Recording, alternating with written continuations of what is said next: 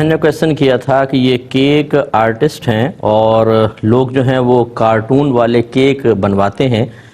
اور اگر ہم منع کریں تو پھر کاروبار پہ فرق پڑتا ہے، کیا حکم شرع ہوگا؟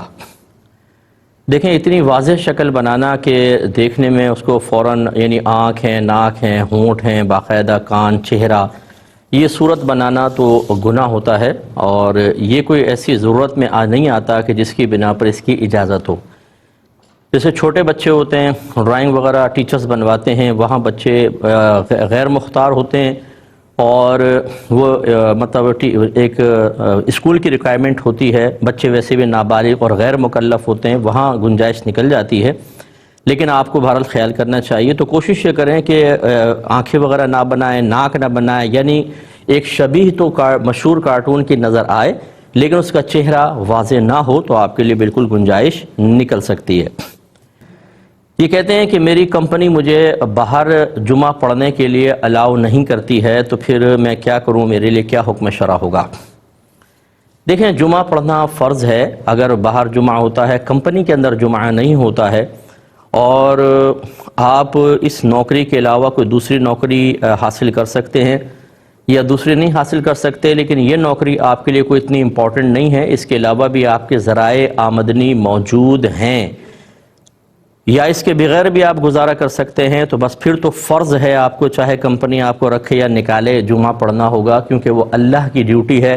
اس کے لیے مخلوق کی ڈیوٹی اس طرح کرنا کہ اللہ تعالیٰ کے فرائض میں کوتاہی ہو، شرعاً جائز نہیں ہے۔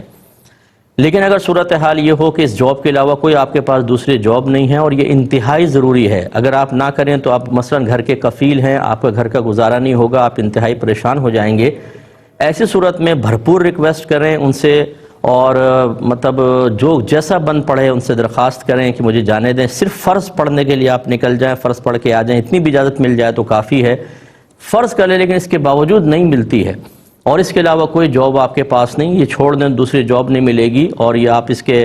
مطلب آپ گھر کے کفیل بھی ہیں، یہ تمام مجبوری اگر ہیں تو پھر یہ ایک شرعی عذر بن جاتا ہے۔ ایسی صورت میں آپ ظہر پڑھ لیں،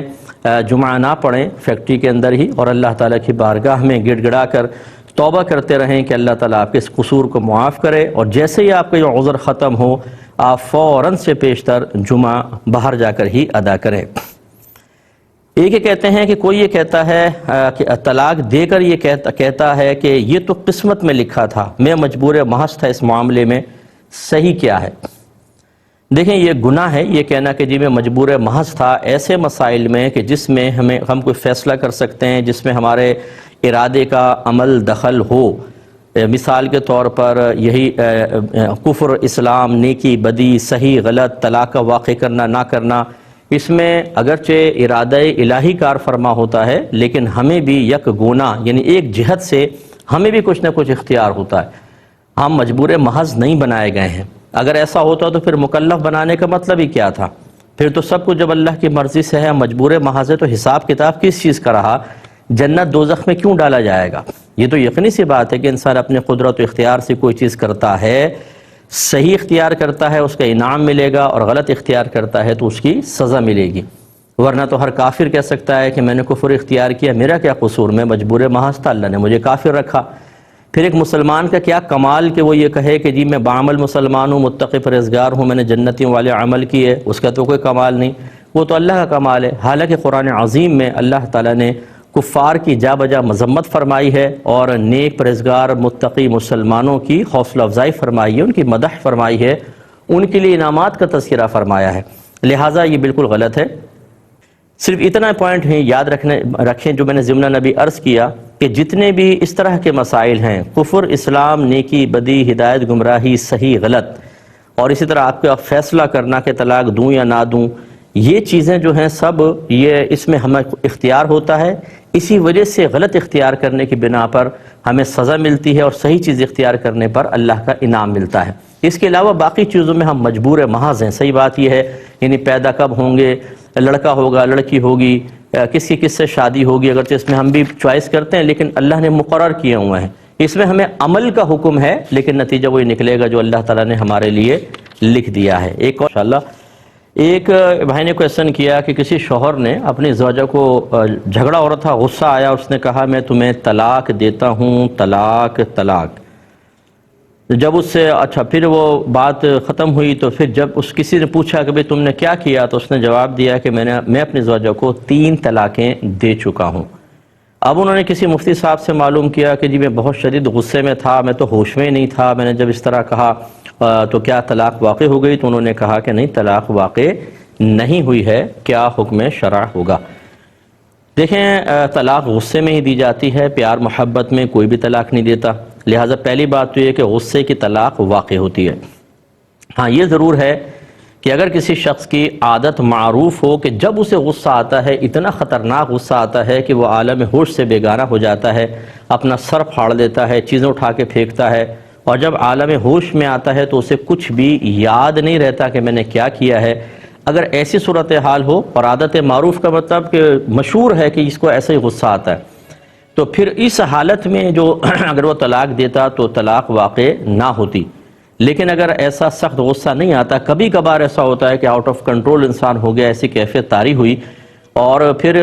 اس کیفیت کے بعد میں اس کو یاد بھی ہے کہ میں نے کیا کیا تھا، کیا نہیں کیا تھا، تو بہرحال یہ غصہ طلاق کے وقوع کی راہ میں رکاوٹ نہیں بنے گا۔ موجودہ صورتحال میں یہی ہے کہ اس نے اگر شدید غصے میں طلاق دی، بعد میں جب پوچھا تو کہا میں 3 طلاقیں دے چکا ہوں، اس کا مطلب ہے عالم ہوش سے بیگانہ نہیں تھا، اسے پتہ ہے کہ اس غصے کی حالت میں کیا کر چکا ہوں، لہٰذا یہ 3 طلاقیں واقع ہو گئیں۔ پہلے میں اگر کوئی عذر تھا بھی، جب اس سے پوچھا کہ 3 طلاقیں دے دی، اس نے کہا ہاں دے دیں، تو تینوں واقع ہو گئے۔ تھوڑا سا تو اب ایک کویشچن یہ ہم سے کیا تھا کہ جیسے بھی بہن نے کیا تھا کہ اکاؤنٹ میں انہوں نے بچوں کے پیسے رکھے ہوئے ہیں، تو باہر کے ملک میں غالباً کرنٹ اکاؤنٹ بچوں کو نہیں کھلتا ہے، سیونگ اکاؤنٹ میں ڈالا ہوا ہے، تو اس پہ ماہانہ ان کو کچھ رقم مل جاتی ہے، تو اس کا کیا کریں؟ کسی غریب کو دے دیں یا اسے اپنی زکوٰۃ ادا کرنے میں استعمال کر سکتے ہیں؟ دیکھیں، باہر کے ملک میں اس طرح کے معاملات کے سلسلے میں علماء کی آراء مختلف ہیں۔ بعض علماء وہاں چونکہ وہ دارالحرب اس کو مانتے ہیں، وہاں کے کافر حربی ہیں، تو اس لیے وہ وہاں پر سیونگ اکاؤنٹ پر حاصل شدہ جو پروفٹ ہوتا ہے، جس کو عام طور پہ سود کہا جاتا ہے، لیکن وہ کہتے ہیں کہ ان کفار سے لینا بالکل جائز ہے۔ اسی طرح مورگیج پہ آپ اگر مکان وغیرہ لیتے ہیں بینک سے قرضہ لے کر، تو اس کو بینک کو سود دینا لینا، اس کو بھی وہ جائز قرار دیتے ہیں۔ تو اگر ایسے کسی عالم دین سے آپ فتویٰ لے لیں، کسی مفتی صاحب سے، تو آپ کے لیے ٹھیک ہوگا۔ اور دوسرے جو رائے ہے علماء کی، وہ اس کو منع کرتے ہیں، مطلب وہ کہتے ہیں کہ وہ حقیقتاً دارالکفر ہے اور حکماً دارالاسلام ہے، تو وہاں پہ حکم کچھ بدلے گا، جس میں ہم لوگ بھی اسی طرح حکم دیتے ہیں کہ احتیاط ہی کی جائے۔ تو پہلی بات تو یہ کہ آپ اپنے لیے علماء متعین کر لیں کہ کس کے مسئلوں پر آپ کو چلنا ہے۔ ایک طرح کے علماء کو آپ قبول کریں گے اور ان کی رائے پر آپ چلیں، یہ نہیں کہ ایک کی رائے آسان لگی تو اس کے لے لی، اس کی رائے آسان لگی تو اس طرف چلے گئے۔ ہمارا مشورہ یہ ہوگا، اگر آپ حنفی بھی ہیں تو اور سامنے مفتیان کرام بھی حنفی ہیں، تو کسی ایک حنفی مفتی کو فالو کریں، تاکہ جو شرعی احکام میں اللہ تبارک و تعالی نے ایک آزمائش کا پہلو رکھا ہے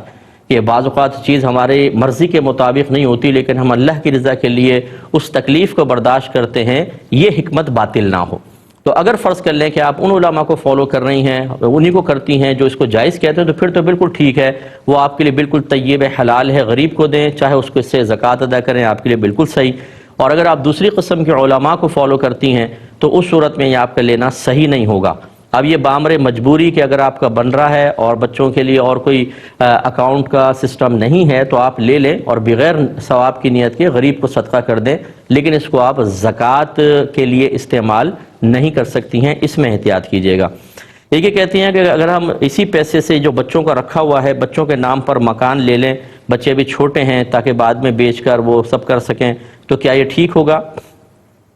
دیکھیں، ٹھیک تو ہوگا کہ ماں باپ جو ہیں وہ اپنے بچوں کے جو سیونگ ہوتی ہے، اس کا پیسہ ہے، اس کو صحیح جائز جگہ پر انویسٹ کر سکتے ہیں، بشرطے کہ نقصان کا اندیشہ نہ ہو، اور نمبر 2 آگے چل کے جھگڑا نہ ہو۔ اگر آپ مکان لیں گے، کس کے نام لیں گے؟ اگر آپ اپنے نام لیتی ہیں، آپ کے شوہر اپنے نام لیتے ہیں، بچے بڑے ہوں گے، آپ کا انتقال ہو یا شوہر کا، تو بچے آپس میں لڑیں گے، وراثت کا مسئلہ بن جائے گا۔ کس بچے کا کتنا پیسہ وہاں پڑا ہوا ہے؟ ہونا تو چاہیے کہ وہ مکان جتنا جس کا پیسہ لگے اتنا حصہ ان کے حصے میں آئے، اور یہ مال وراثت بنے گا ہی نہیں، کیونکہ یہ نہ آپ کا ہے نہ آپ کے شوہر کا، لیکن آپ کے نام پر ہونے کی وجہ سے آگے چل کے پرابلم کریٹ ہو سکتی ہے،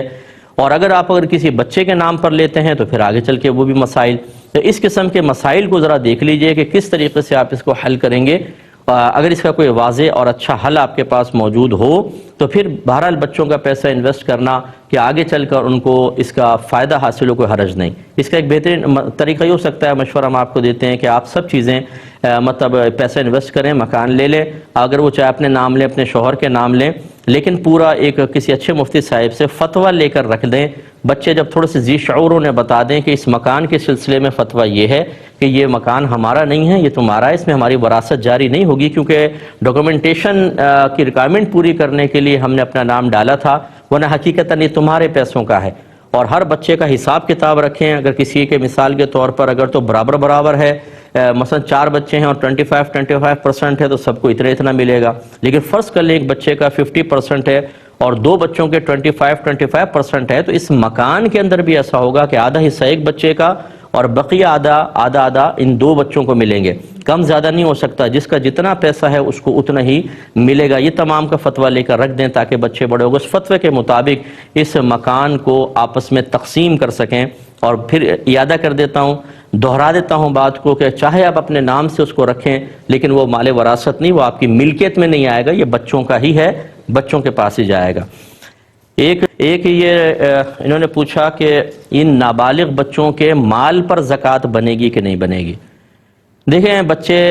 نابالغ بچے چاہے کروڑوں پتی ہی کیوں نہ ہوں، ان کے مال پر زکوٰۃ نہیں ہوگی، کیونکہ زکوٰۃ فرض ہے، اور کسی بھی چیز کا کسی پر فرض یا واجب ہونا یہ بلوغت کے بعد ہی ہوتا ہے۔ جب تک بچہ نابالغ ہوگا اس پہ کوئی چیز فرض یا واجب نہیں ہے، لہٰذا یہ مال بچوں کا جب تک وہ نابالغ ہیں چاہے کروڑوں روپے ہوں کوئی اس پہ زکوٰۃ نہیں ہوگی۔ ہاں جب وہ بالغ ہو جائیں گے اور پھر اس مال پر 1 سال گزرے گا، اس کے بعد 1 سال پورا گزرے گا، پھر جو مال ہوگا اس کے اوپر زکوٰۃ نکلے گی، لیکن نابالغی کے ایام میں کوئی زکوٰۃ نہیں ہوگی۔ اور اچھی طرح یاد رکھیے کہ اسلام کی روح سے بچی جو ہے یہ 9 سے 15 سال کے درمیان بالغ ہوتی ہے، یعنی 9ویں سال میں فرض کر لیں کہ اس کو حیض آ گیا یا احتلام ہو جاتا ہے، یا بچی کی شادی کر دی اور وہ پیگننٹ ہو جاتی ہے مثال کے طور پہ، تو بالغہ ہوگی۔ 9 سال سے 15 سال کے درمیان جب یہ ہو جائے تو بالغہ، لیکن اگر ایسا کچھ بھی نہ ہو تو 15 سال کے بعد بلوغت کا حکم لگے گا۔ اور لڑکے میں بلوغت کی عمر 12 سے 15 سال کے درمیان ہے، اسے احتلام ہو جائے یا پھر وہ اس کی مثلا شادی کر دی اور اس کی زوجہ پیگننٹ ہو جائے تو یہ علامت ہے اس کی بلوغت کی، لیکن اگر 12 سے 15 سال کے درمیان ایسا کچھ بھی ظاہر نہ ہو تو 15 سال کے بعد لڑکا بھی بالغ ہوگا۔ گویا کہ دونوں کی بلوغت کی انتہائی عمر 15 سال ہے، لیکن ابتدائی عمر مختلف ہے، لڑکی کی 9 سے 15 اور لڑکے کی 12 سے 15۔ یہ اس لیے میں نے وضاحت کر دی، ہو سکتا ہے کہ آپ یہ سمجھیں کہ بچہ 18 ایئرز میں ایڈلٹ ہوتا ہے، یہ آپ کے دنیاوی قانون کے اعتبار سے ضرور ہے، لیکن شرعی اعتبار سے جب بچے 15 سال کے ہو جائیں گے تو اب 15واں سال پورا ہو گیا، اس کے بعد 1 سال گزرے گا تو ان کے مال پر زکوٰۃ بننا شروع ہو جائے گی، یہ ذرا ذہن میں رکھیے گا۔ ایک انہوں نے کہا کہ جب ہم پورا قرآن پڑھ رہے ہوتے ہیں تو کیا جیسے جیسے آیت سجدہ آئے سجدہ کرتے جائیں، یا پورا قرآن ختم کر کے 14 سجدے ایک ساتھ کر لیں؟ دیکھیں یہ صورت بھی بالکل جائز ہے کہ آپ پورے 14 مطلب آیات سجدہ 14 پڑھ کر پھر ایک ساتھ 14 سجدے کر لیں، لیکن افضل اور اولا صورت یہ ہے کہ جیسے آیت پڑھیں آپ اس کے بعد سجدہ کر لیا کریں، کیونکہ کیا پتہ کس نے گارنٹی دی ہے کہ اگلی آیت سجدہ آپ پڑھ بھی سکیں گی کہ نہیں، ہو سکتا ہے پہلے موت آ جائے، اس لیے جو چیز آپ پہ واجب ہوتی جا رہی ہے اس کو فوراً سے پیشتر ادا کرتے رہیں، یہ بہت ہی اچھا ہے۔ ایک انہوں نے کہا کہ اس کی نیت کس طرح کریں گے؟ بس آپ دل ہی دل میں نیت کر لیں کہ میں اس آیت کا سجدہ ادا کر رہا ہوں، یا جو اس آیت کے پڑھنے کی وجہ سے سجدہ مجھ پر واجب ہوا میں اس کو ادا کر رہی ہوں۔ زبان سے کہنے کی کوئی حاجت نہیں ہوتی، دل میں پختہ ارادہ کافی ہے۔ اس میں کوئی ہاتھ وغیرہ نہیں اٹھائیں گے، صرف آپ سیدھی کھڑی ہوں، اللہ اکبر کہہ کے سجدے میں جائیں، اور ایک سجدہ بس کرتے ہیں اس کا، تو اس میں تسبیحات پڑھیں، اور اس کے بعد اگر سیدھی کھڑی ہو جائیں تو بہت ہی اچھا ہے، ورنہ اگر سجدہ کر کے آپ بیٹھ جائیں کافی ہے، اس میں سلام وغیرہ نہیں پھیرا جاتا۔ تو آپ کے باقی کویسچنز کا بھی جواب ہو گیا۔ یہ بھائی نے پوچھا کہ ہمارے پاس ایک چادر ہے جس پر چڑیا کی واضح سی تصویر ہے اور ہم اس کو بستر پہ بچھاتے ہیں، کیا یہ شرعاً جائز ہے؟